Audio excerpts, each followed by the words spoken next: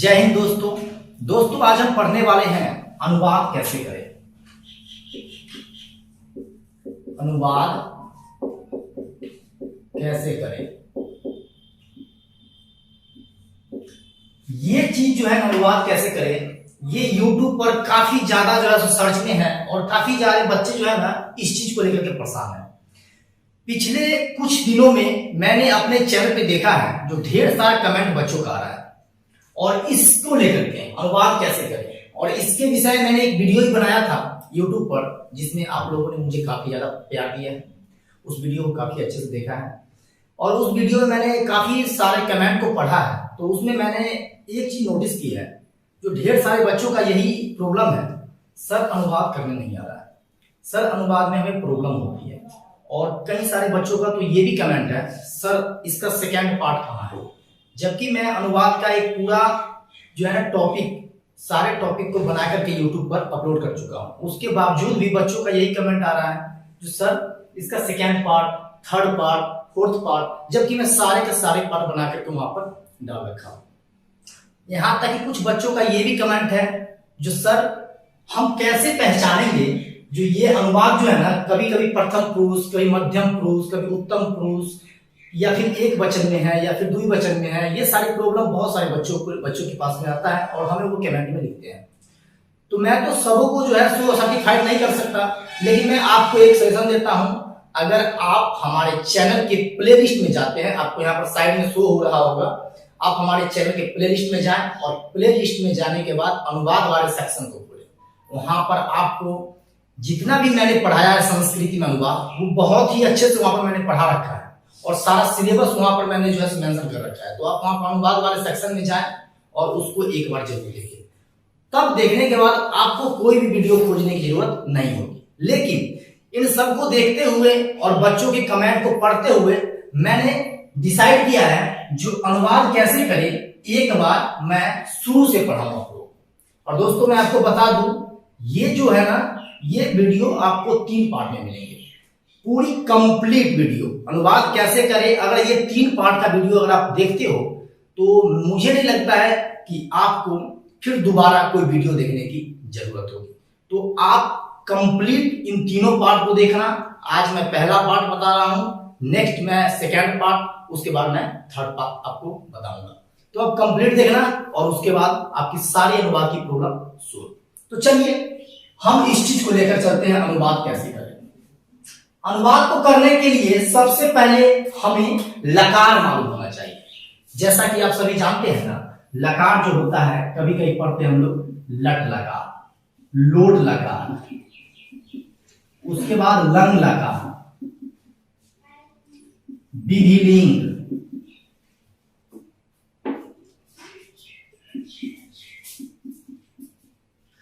और 5वां लिरिट लकार।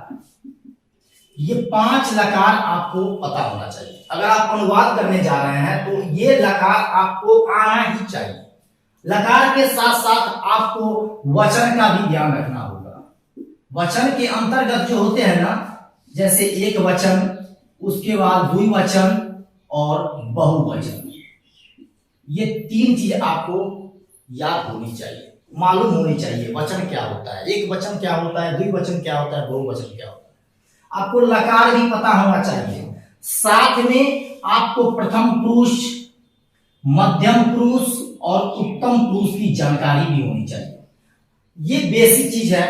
अनुवाद को पढ़ने से पहले हमें इसका नॉलेज होना बहुत ही जरूरी है।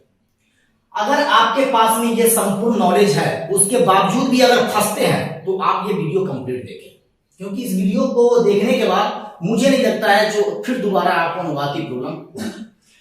तो इतनी बातों को साथ में रखते हुए हम इस सफर को शुरू करते हैं और जानते हैं जो अनुवाद को हम कैसे बनाते हैं। आइए हम बारी बारी समझते हैं।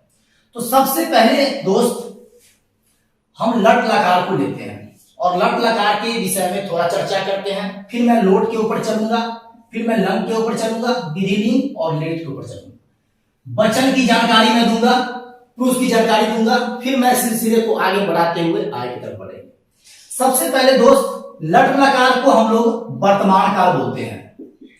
वर्तमान काल, ये चीज आपके माथे में सेट होना चाहिए। लट लकार वर्तमान काल बोला जाता है। अक्सर कई बार जो है ना हमें सुनने को मिलता है, सर हम कैसे जानेंगे, मैंने एक कमेंट पढ़ा है, किसी बच्चे ने मुझे कमेंट किया था, सर हम कैसे पहचानेंगे जो ये प्रथम ये वर्तमान काल का अनुवाद है, या ये फिर भूतकाल का अनुवाद है, ये भविष्य काल का अनुवाद है, हम कैसे पहचानेंगे। पहचानना कुछ नहीं है, आपको ये लकार पता होना चाहिए। ये लकार अगर आपको पता है ना तो आपको खुद ब खुद पता हो जाएगा जो ये कौन सा लकार का अनुवाद है। तो आपको ये ध्यान में रखना है, ये लट लकार जो आप देख रहे हो ना, इसको वर्तमान काल बोला जाता है। ओके, लोट लकार जो आप देख रहे हो ना, इसको अनुज्ञा हम लोग बोलते हैं। अनुज्ञा, अनुज्ञा का मतलब होता है आज्ञा, अनुरोध, प्रश्न, आशीर्वाद, और इनसे जुड़े जो भी अनुवाद आते हैं आज्ञा, अनुरोध, प्रश्न, आशीर्वाद से, उसको हम लोग लोट लकार की श्रेणी में रखते हैं। तो लट लकार वर्तमान काल, लोट लकार अनुज्ञा, लट लकार की अगर मैं बात करूं तो इसको हम लोग भूतकाल बोलते हैं। लट लकार को हम लोग भूतकाल बोलते हैं, और विधि लिंग को हम लोग चाहिए के शब्द में उपयोग करते हैं, ये लेंगे। और लिट लकार जो हमारा बच रहा है ना, इसको हम लोग भविष्य काल में लेंगे, भविष्य काल। तो आपको अनुवाद पढ़ने से पहले इन सभी बातों का ज्ञान होना चाहिए। हम पढ़ने जा रहे हैं लट लकार, लोट लकार, लन लकार, विधिलिंग और लिट लकार, जो अनुवाद का एक पार्ट है, और अनुवाद हमको करने के लिए हमें इसका जानकारी होना बहुत जरूरी है। तो दोस्त, आप इतनी बातों को सर समझ गए अच्छे तरीके से, जो लट लकार को क्या बोला जाता है, लोट लकार को क्या बोला जाता है, लन लकार को क्या बोलते हैं। तो आपकी अनुवाद में ना 10% यहां से बात आपकी कंप्लीट हो जाती है। लट लकार बोले तो वर्तमान काल, लोट लकार बोले तो अनुज्ञा, अनुज्ञा बोले तो आज्ञा, अनुरोध, प्रश्न, आशीर्वाद से जुड़े हुए अनुवाद, लन लकार बोले तो भूतकाल, विधिलिंग बोले तो चाहिए, चाहिए के संदर्भ में कोई अनुवाद आएगा, जैसे कि ना हमें माता की सेवा करनी चाहिए, सदा सत्य बोलनी चाहिए। अगर इस तरह के अनुवाद आते हैं तो उसको हम विधिलिंग की श्रेणी में रखते हैं। और लिट लकार बोले तो भविष्यत काल, भविष्यत काल जो समय आने वाला है उसको हम भविष्यत काल बोलते हैं। तो कुल मिलाकर के वर्तमान काल जो समय चल रहा होता है उसको वर्तमान काल बोला जाता है। अनुज्ञा, हम आज्ञा, अनुरोध के संदर्भ में कोई अनुवाद बनाते हैं तो उसमें हम अनुज्ञा का प्रयोग करेंगे। भूतकाल, जो समय बीत चुका है उसको भूतकाल बोलते हैं। चाहिए, चाहिए में जो हमें जैसे कि माता की सेवा करनी चाहिए, सदा सत्य बोलना चाहिए, इस तरह का अनुवाद हमको चाहिए से मिलेगा। और भविष्य काल, जो समय आने वाला है। ओके, तो ये हमारी हो गई अनुवाद का पहला पार्ट। चलिए अब बात करते हैं वचन के बारे में। अक्सर सुनते हैं वचन क्या होता है, तो वचन के अंतर्गत मैं इसको 3 भागों में हम डिवाइड करेंगे, एक वचन, द्विवचन और बहुवचन। एक वचन, द्विवचन, बहुवचन बोले तो जिससे एक जाति का बोध अगर होता है उसको एक वचन की श्रेणी में रखते हैं। संस्कृत में वचन 3 है, लेकिन हिंदी में अगर आप जाओगे ना तो हिंदी में वचन 2 ही है, वहां पर द्विवचन की कोई बातचीत नहीं होती है। एक वचन, बहुवचन, एक वचन, बहुवचन। लेकिन हम अगर संस्कृत सैचर पढ़ रहे हैं तो संस्कृत सैचर में हमें इन तीनों बातों को करना होगा। एक वचन जिससे एक जाति का बोध होता है उसको हम लोग एक वचन की श्रेणी में रखते हैं। द्विवचन जिससे 2 जाति का बोध होता है उसको हम लोग द्विवचन की श्रेणी में रखते हैं। और बहुवचन जिससे 2 से अधिक जाति, उसमें 3 भी शामिल हो सकता है, 1000 भी शामिल हो सकते हैं, लाख भी शामिल हो सकते हैं, तो उसको हम लोग बहुवचन की श्रेणी में रखते हैं। तो ओके, वचन भी आपके क्लियर हो गए। प्रथम पुरुष, मध्यम पुरुष और उत्तम पुरुष, इस पर थोड़ा सा गौर करना। अनुवाद बनाने चल रहे हैं ना, तो प्रथम पुरुष क्या होता है ना, अक्सर हम बोलते हैं ना इंग्लिश में, जो बोलने वाला होता है फर्स्ट पर्सन, सुनने वाला होता है सेकंड पर्सन, और जिसके बारे में बात करते हैं वो होता है थर्ड पर्सन। हम लोग अक्सर बोलते हैं, जब हम इंग्लिश पढ़ने के लिए जाते हैं तो हम बोलते हैं ना पर्सन, यानी कि फर्स्ट पर्सन कौन होता है, सेकंड पर्सन कौन होता है, थर्ड पर्सन कौन होता है। यहाँ पर भी सेम वैसे ही प्रक्रिया होगी। बोलने वाला हर हमेशा क्या होता है, फर्स्ट पर्सन, तो बोलने वाला यहाँ पर फर्स्ट पर्सन होगा। ओके, इंग्लिश और जो है सो संस्कृत सेम हो जाएगी।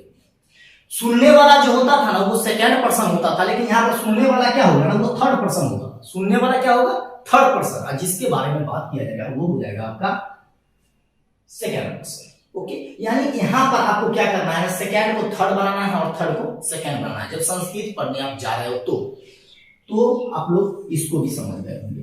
तो अनुवाद का ना आप जो है 20% भाग को आप अच्छे तरीके से समझ गए।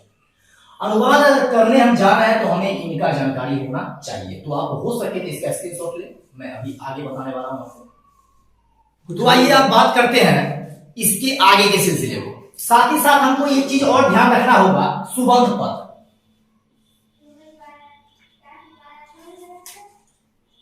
सुबंत पद, सुबंत पद। तो सुबंत पद के अंतर्गत हमें यह भी जानना होगा कर्ता कर्म करना। अक्सर हम संस्कृत को पढ़ने से पहले ना इस चीज को भूल जाते हैं और इस चीज को हम ना इग्नोर कर देते हैं, लेकिन हमें ना इनकी भी जानकारी रखना जरूरी होता है। कर्ता, अक्सर हम लोग सुनते हैं ना कर्ता, कर्म, करण, संप्रदान, अपादान, अधिकरण, संबंध,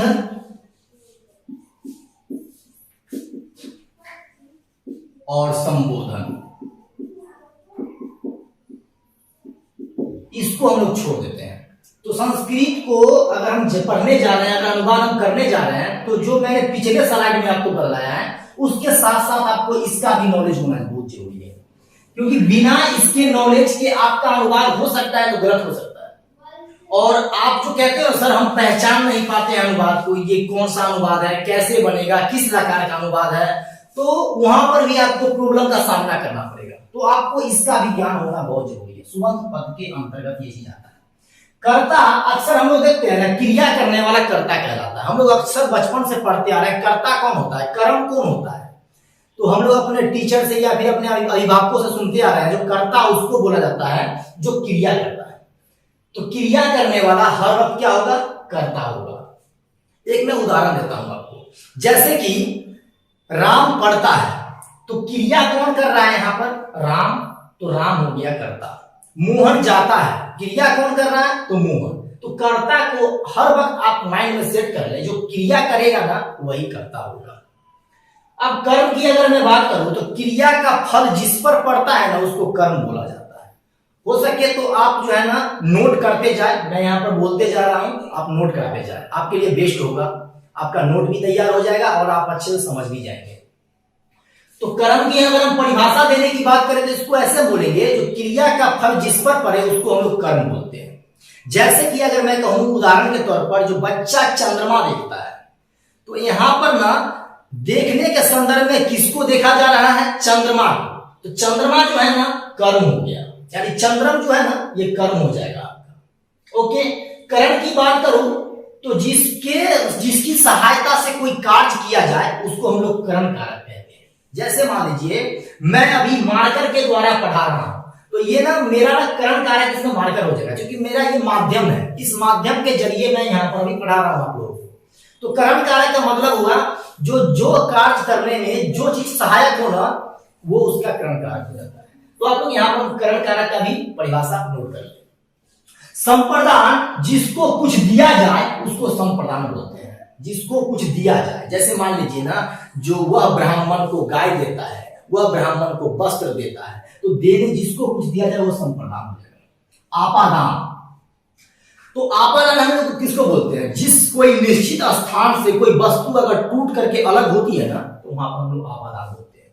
जैसे कि मान लीजिए अक्सर हम लोग सुनते हैं और एग्जाम में भी क्वेश्चन आता है, पेड़ से पत्ते गिरते हैं, इस तरह का अनुवाद आता है, पेड़ से पत्ते गिरते हैं। आप जरा गौर कीजिए, जो पत्ता पेड़ से टूट करके अलग हो रहा है ना वो पत्ता पुनः पेड़ में जाकर के नहीं जुड़ सकता है। तो यहां पर ना आपादान का है, क्यों, क्योंकि जो चीज टूट करके अलग हो रहा है पुनः उसमें जाकर के नहीं जुटेगा। और ऐसे अनुवाद जो बनाएंगे ना हम लोग, उस अनुवाद में हम लोग आग का प्रयोग करते हैं। अक्सर देखते हैं ना, वृक्षात पत्राणि पतन्ति, पेड़ से पत्ते गिरते हैं, वृक्षात पत्राणि पतति, पेड़ से पत्ता गिरता है।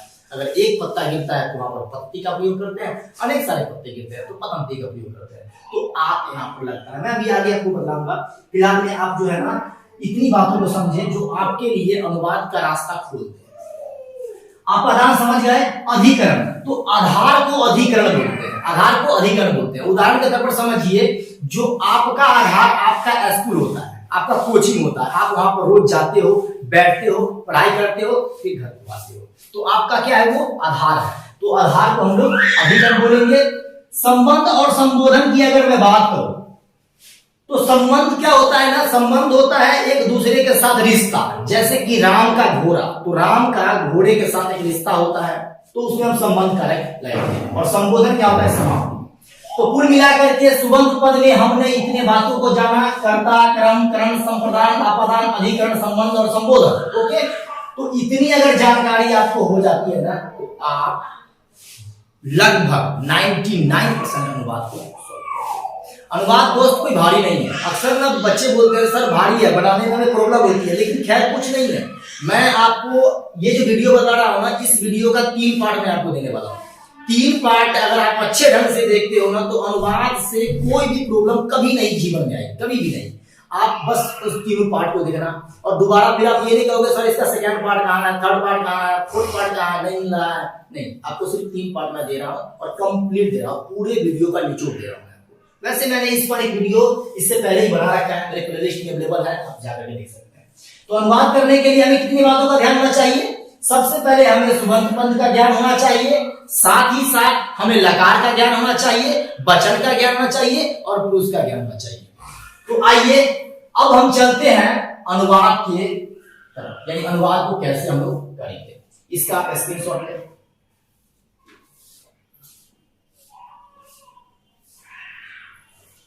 ओके, चलिए हम आगे बढ़ते हैं।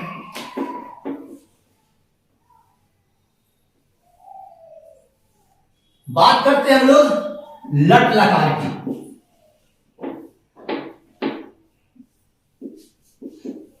लट लकार, लट लकार को क्या बोलते थे हम लोग? वर्तमान का, वर्तमान काल। ओके, वर्तमान काल की परिभाषा अगर देने की बात हो तो क्या देंगे? जो काल अभी चल रहा है, यानी जो समय अभी चल रहा है उसको हम लोग वर्तमान काल बोलते हैं। नहीं, जो समय अभी चल रहा है, जैसे कि मैं अभी आपको पढ़ा रहा हूं, ये कौन सा काल है? तो वर्तमान काल है। काल को समझना बहुत जरूरी है। तो वर्तमान काल की परिभाषा आप ऐसे भी लिख सकते हैं। साथ ही साथ लट लकार के अंतर्गत हमको वचन का भी ध्यान रखना होगा। तो एक वचन, द्विवचन और बहुवचन। इसके बाद हमें पुरुष का ध्यान रखना होगा। प्रथम पुरुष, मध्यम पुरुष और उत्तम पुरुष। ओके, प्रथम पुरुष, मध्यम पुरुष और उत्तम पुरुष। अब बात करते हैं ना, एक वचन क्या होता है, द्विवचन क्या होता है और बहुवचन क्या होता है। समझिए, एक वचन मैंने अभी पीछे के स्लाइड में आपको जस्ट बताया है, जिससे एक जाति का बोध होता है, उसको हम लोग हर हमेशा एक वचन बोलेंगे। द्विवचन जिससे हर हमेशा 2 जाति का बोध होगा, उसको हम लोग द्विवचन बोलेंगे। और बहुवचन जिससे 2 से अधिक जाति का बोध होगा, उसको हम लोग बहुवचन की श्रेणी रखेंगे। तो लट लकार का हमारा स्ट्रक्चर पहला कहता है ती, तह और अंति। आप इसको ध्यान में डालें।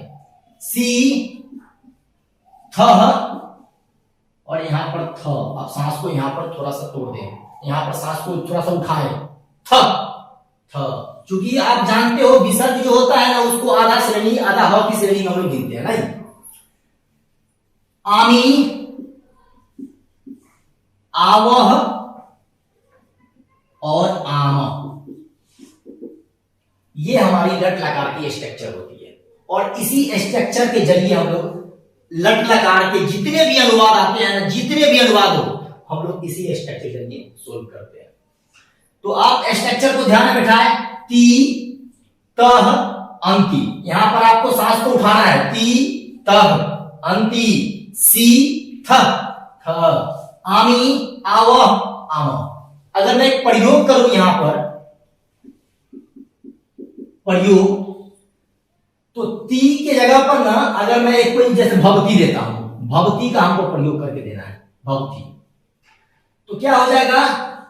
भक्ति, यहां से आपको ती उठा करके यहां बैठाना है। फिर क्या हो जाएगा? भवत, यहां से प उठा करके आपको बैठाना है। और यहां पर क्या हो जाएगा? भवंती। फिर उठाएंगे भवसी, भवथ, भवत, भवानी, भवावह, भवाम। ऐसे कोई प्रयोग करना हो तो भाव तो हमारा भाव धातु को हमने लिया, हमने क्या किसको लिया, भव धातु को। अब भव धातु से हमने एक प्रयोग किया, तो भव तो हमारा रहेगा ही, साथ में स्ट्रक्चर को हम लोग फॉलो करते चलेंगे। तो ती यहां से मैंने उठाकर यहां बनाया, तो बट गया ये भवती, क्या बन गया, भवती। भव धातु था मेरे पास में और ती लगा तो भवती बन गया। उसी प्रकार भव धातु था मेरे पास में, तो बैठा तो क्या बन गया, भवत। फिर यहाँ पर वही बात अंति को उठाकर मैंने बनाया तो भवंती। फिर यहाँ पर मैंने सी को उठाया भवसी, और यहाँ पर थ को उठाया था भवथ, और फिर यहाँ पर मैंने थ को उठाया तो भवत। यहाँ पर मैंने जो है ना आमी को उठाया तो भवानी, और आवा को उठाया था भवावा, आमा को उठाया तो भवामा। तो आप अगर प्रयोग करते हो ना, तो आप अगर 10-15 प्रयोग करोगे ना, तो आपका हाथ यहाँ पर खुल जाएगा, पढ़ने में भी आपको प्रॉब्लम नहीं होगी। आइए अब इसको पढ़ते हैं। पढ़ेंगे क्या, भवती भवत भवंती भवसी भवता भवत भवानी भवाव भवाम। अगर मैंने पठ धातु का बनाना होता तो क्या बनता, पठती पठता पठंती पठसी पठथा पठत पठामी पठाव पठामा। गच धातु का बनाना होता तो गछती गछता गछंती गछसी गछता गछत गछामी गछावा गछामा। तो इस प्रकार आप प्रैक्टिस कर सकते हैं।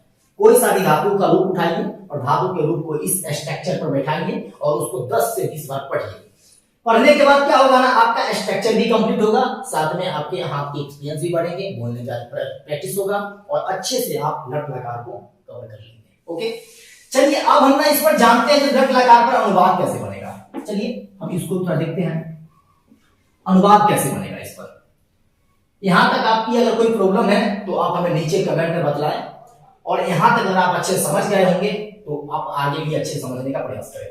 चलिए मैं एक पहला अनुवाद यहां पर उठाता हूं, लट लकार से उठा रहा हूं अनुवाद, और एक वचन से उठा रहा हूं, प्रथम पुरुष के एक वचन से। जैसे कि मैंने कहा राम जाता है। इस अनुवाद को देखने के बाद आपको पहले ये डिसाइड करना है जो ये अनुवाद किस लकार का है। ये नहीं जो आप डायरेक्ट उठो और इसको बनाने के लिए बैठ जाओ। बनाने के लिए बैठने के बाद क्या होगा ना, आपका अनुवाद बिल्कुल गलत भी हो सकता है सही भी हो सकता है, लेकिन कब, जब आपको स्ट्रक्चर पूर्ण में पता है, जब ही जाकर के आप सही बना सकते हो। स्ट्रक्चर नहीं पता है तो हो सकता है आपसे मिस भी हो जाए, और अक्सर स्टूडेंट गलती कर जाते हैं, समझ नहीं आता। पहले आप अनुवाद को देखिए, अनुवाद किस लकार का है। देखिए गौर कीजिए, मैंने बताया जो वर्तमान काल हर हमेशा लट लकार कहलाएगा। अब पहले अनुवाद को पढ़िए, राम जाता है, ये कौन सा काल जा रहा है, राम जाता है, अभी जा रहा है ना, तो जा रहा है मतलब कि वर्तमान काल का अनुवाद है। जा रहा है मतलब ये वर्तमान काल का अनुवाद है। तो यहां तक तो क्लियर आ गया, ये वर्तमान काल है यानी कि लट लकार है। अब हम चेक करते हैं जो ये प्रथम पुरुष में है कि मध्यम पुरुष में है कि उत्तम पुरुष में है। साथ ही साथ हम ये भी जानते हैं जो ये एक वचन का है कि द्विवचन का है कि बहुवचन का है। तो राम जाता है, यहाँ पर क्या गो राम जा रहा है, एक गो की, दो गो की, तीन गो की, चार गो, क्या गो राम जा रहा है, तो ऑफकोर्स आपको भी एक राम जा रहा है ना, तो एक राम जा रहा है मतलब कि एक वचन का अनुवाद है। यहाँ पर मैं कहता हूँ राम श्याम सीता गीता अनिता पुनीता ललिता बबीता सरिता कविता सब जा रहा है, तब आप यहाँ पर कंफ्यूज हो जाते हैं। लेकिन कंफ्यूज नहीं होना, यानी बहुत सारे नाम है, तो बहुत सारे नाम का मतलब क्या, जो मैंने अभी बताया, बहुत सारे नाम जब भी आ जाए ना तो आप उसको बहुवचन की श्रेणी में रखना। लेकिन जब दो नाम की बात हो, जैसे कि राम और श्याम जाता है, तो वो द्विवचन की श्रेणी में आएगा। तो यहाँ तक तो आपको कंफर्म हो गया जो एक वचन किसको बोलते हैं, द्विवचन किसको बोलते हैं और बहुवचन किसको बोलते हैं। जब एक व्यक्ति जा रहा होता है तो एक वचन, राम श्याम जाएगा द्विवचन, राम श्याम सीता गीता जाएगी तो बहुवचन। तो यहाँ पर एक व्यक्ति जा रहा है तो एक वचन। ओके, अब देखिए एक वचन में ना, एक वचन में ये किसका है, तो प्रथम पुरुष का, क्योंकि प्रथम पुरुष में ही ना कहता था एक वचन द्विवचन बहुवचन। मध्यम पुरुष में जो है ना एक वचन द्विवचन बहुवचन, उत्तम पुरुष में एक वचन द्विवचन बहुवचन। राम जा रहा है, अकेला राम जा रहा है, तो राम एक नाम है, तो नाम के साथ हमको कोई छेड़खानी नहीं करना है। कभी याद रखना, हम लोग इंग्लिश ग्रामर ही पढ़ते थे तो कहते थे ना तो नाम को टच नहीं करना है। तो राम के साथ कोई छेड़खानी नहीं, सिर्फ इसको ये करना है, रामा कर देना है। क्या करना है, रामा। जाता है ना, तो जाने के संदर्भ में हम लोग जानते हैं क्या होता है, ग च छ, और अकेला जाता है ना, इसीलिए यहां से ती उठाएंगे, ग छ ती। अकेला जा रहा है जब, आप कंफ्यूज मत होना, टी लगाए कि त लगाए कि अंति लगाए कि आवा लगाए कि आमा लगाए, ऐसा कुछ नहीं लगने वाला है। यहाँ पर आपको पहले अनुवाद को देखना है, एक वचन में क्रिया हो रही है और प्रथम पुरुष में क्रिया हो रही है। तो एक वचन और प्रथम पुरुष में क्रिया हो रही है, तो वहां से हमको ती उठा करके ला करके सोचे बैठा देना, यानी कि गच धातु चलेगा और गच के साथ साथ हम लोग ती को बैठा देंगे। तो राम और गच ती अनुवाद हमारी कंप्लीट होती है। अगर मैं इसी जगह पर कह दूं राम और मोहन, राम और मोहन खाता है। अब जरा अनुवाद को पढ़ो। राम और मोहन खाता है, यानी कि दो व्यक्ति खा रहा है ना। जब दो व्यक्ति खा रहा है तो इसका मतलब है जो ये द्विवचन का अनुवाद है, और द्विवचन का अनुवाद है तो हम लोग इसको यहां से उठा करके यहां शिफ्ट कर देंगे द्विवचन में, यानी कि प्रथम पुरुष का ये द्विवचन है। अब इसको बनाएंगे कैसे? तो नाम के साथ आपको कोई छेड़खानी नहीं करना है। राम और का होता है च और मोहन, यहां तक आपको कोई छेड़खानी नहीं करना है। राम च मोहन। खाता है ना, तो क्या लाएंगे? खा द, और यहां से ती नहीं बैठाएंगे, क्योंकि ती बैठा के उसके लिए जो कोई एक व्यक्ति था, लेकिन यहां पर दो व्यक्ति है तो त बैठेगा। क्या बैठेगा? तो राम च मोहन खात। यहां पर अगर आप ती लगा देते हो ना तो गलती रहता है। और ती आप लगाओगे क्यों, मुझे ये बताओ, जो आप ती लगाओगे क्यों? क्योंकि ये तो एक वचन में था तब नहीं आपने ती लगाया ना, लेकिन यहाँ तो दो ही वचन की क्रिया हो रही है, तो यहाँ पर तो कभी भी आप ती मत लगाना। अगर ती लगाते हो तो आप भाई गलती होना ही होना है, तो आपको तो लेकर चलना है। रामा गश्ती और रामा चमोना खाता। ओके, अगर मैं यहीं पर थोड़ा सा और घुमा दूं बात को, अगर मैं कहूं राम श्याम और मोहन पढ़ता है, पढ़ता है। अब जरा इस अनुवाद को पढ़ो। यहां पर तीन नाम आ रहे हैं, राम श्याम और मोहन। तो राम को तो रामा रहने देना है, श्याम को श्यामा कर देना है, और को च लगा देना है। राम श्याम च, मोहन को बना देना है मोहन, क्योंकि इस पर विसर्ग आपको प्रयोग करना है। अब पढ़ता है ना, अब जरा गौर कीजिए, यहां पर एक नहीं पढ़ रहा है, दो नहीं पढ़ रहा है, दो से ज्यादा पढ़ रहे हैं, और दो से ज्यादा जब भी आएंगे तो वो आएंगे बहुवचन में। तो आपको क्या करना है ना, बहुवचन की जो क्रिया यानी अंती है इसको लगाना है। तो राम श्याम च मोहन, और पठ धातु चलेगा तो पठ, और वहां से लगाएंगे अंति यानी पठंती। ओके, राम श्याम च मोहन पठंती। तो इस प्रकार हमारे अनुवाद बन जाते हैं। अब यहाँ पर थोड़ी सी समझने वाली बात क्या है, कहोगे सर हम कैसे जानेंगे जो हमको ना यहाँ पर ती लगाना है, कैसे जानेंगे जो तो लगाना है, कैसे जानेंगे जो अंति लगाना है? तो जानने के लिए अगर पहले हमको ये जानना होगा कि ये अनुवाद जो है ना किस लकार का है, लट लकार का है कि लोट लकार का है? लट लकार यानी वर्तमान काल का अगर अनुवाद है, जैसे कि ना ये सारे के सारे वर्तमान काल के अनुवाद आप देख रहे हो, अगर वर्तमान काल का अनुवाद है, साथ में हमको ये भी देखना होगा जो व्यक्ति कैगो कार्य कर रहा है, एक व्यक्ति की, दो व्यक्ति की, तीन व्यक्ति। अगर एक व्यक्ति कार्य कर रहा है तो उसके लिए प्रोपर ये होगा, अगर दो व्यक्ति कार्य कर रहा है तो उसके लिए ये होगा, अगर दो से ज्यादा व्यक्ति कार्य कर रहा है तो उसके लिए ये होगा। ओके, एक वचन, दो वचन, बहुवचन। अब आप थोड़ा सा ये भी कंफ्यूज होंगे, सर मैं कैसे जानूंगा जो प्रथम पुरुष का है कि मध्यम पुरुष का है कि उत्तम पुरुष का है? तो प्रथम पुरुष, मध्यम पुरुष और उत्तम पुरुष को जानने के लिए आपको ये ध्यान रखना होगा, जब भी जो है ना है लास्ट में ता है, ती है, इस तरह के जैसे हम लोग पढ़ते हैं जो प्रेजेंट इंडिफिनिट टेंस इंग्लिश से पढ़ते हैं, जैसे जिस हिंदी क्रिया के अंत में ता है, ती है, तू है लगा है उसे प्रेजेंट इंडिफिनिट टेंस का वाक्य कहते हैं। तो सेम वैसे ही प्रकार में आप लोग देखेंगे, सेम वैसे ही जो है ना यहाँ पर क्या होगा ना, यहाँ पर आपको जैसे कि बोलता है ना राम पढ़ता है, राम जाता है, राम खेलता है, मोहन हंसता है, सीता पढ़ती है, यानी कि अगर है में क्रिया आ रही है तो यहाँ पर आप समझ जाना जो ये प्रथम पुरुष का अनुवाद है। अगर है में क्रिया आ रही है तो राम जाता है, राम खेलता है, तो है में अगर क्रिया आ रही है तो प्रथम पुरुष का अनुवाद है। अगर है के साथ साथ अगर दो नाम भी जुड़ जाए ना तब भी वो प्रथम पुरुष का द्विवचन रूप है। अगर वो तीन नाम भी जुड़ जाए ना तब भी वो ना प्रथम पुरुष का बहुवचन रूप है। लेकिन इस लाइन में कुछ और होता है, इस लाइन में क्या होता है, हो, यहां पर हो की क्रिया होगी, यहां पर किसकी क्रिया होगी, हो की, यहां पर किसकी क्रिया होगी, है की। जैसे कि राम पढ़ता है, राम श्याम पढ़ता है, राम श्याम गीता पढ़ती है, और यहां पर कैसे अनुवाद बनेंगे, तुम पढ़ते हो, तुम दोनों पढ़ते हो, तुम सब पढ़ते हो, या फिर तुम लोग पढ़ते हो, ऐसे भी कर सकते हैं। तो तुम पढ़ते हो, तुम दोनों पढ़ते हो, तुम सब पढ़ते हो, या तुम लोग पढ़ते हो, यानी कि यहाँ पर हो शब्द की क्रिया हो। ओके, तो ये लाइन आपको, मुझे नहीं लगता है जो अब इसमें आपको कंफ्यूजन होगा। है की क्रिया जब भी होगी तो है की क्रिया प्रथम पुरुष और अकॉर्डिंग बदल गया क्या, जैसे कि अकेला, दोस्त के साथ, टीम के साथ। चलिए अब बात करते हैं ना मध्यम पुरुष का रूप देखते हैं। मध्यम पुरुष के रूप में अनुवाद कैसा होगा सो देखिए। जैसे मध्यम पुरुष में ना यहां पर आएगा तुम पढ़ते हो, यहां पर तुम पढ़ते हो, ऐसे अनुवाद आएगा तुम पढ़ते हो। तो तुम पढ़ते हो, तुम का क्या होता है तुम का क्या होता है तुम। अब पढ़ते हो क्या आएंगे प ठ और यहां से लगाएंगे सी, यानी कि पट धातु चलेगा लेकिन रूप चलेगा लास्ट में सी, तुम पट सी, तुम पढ़ते हो।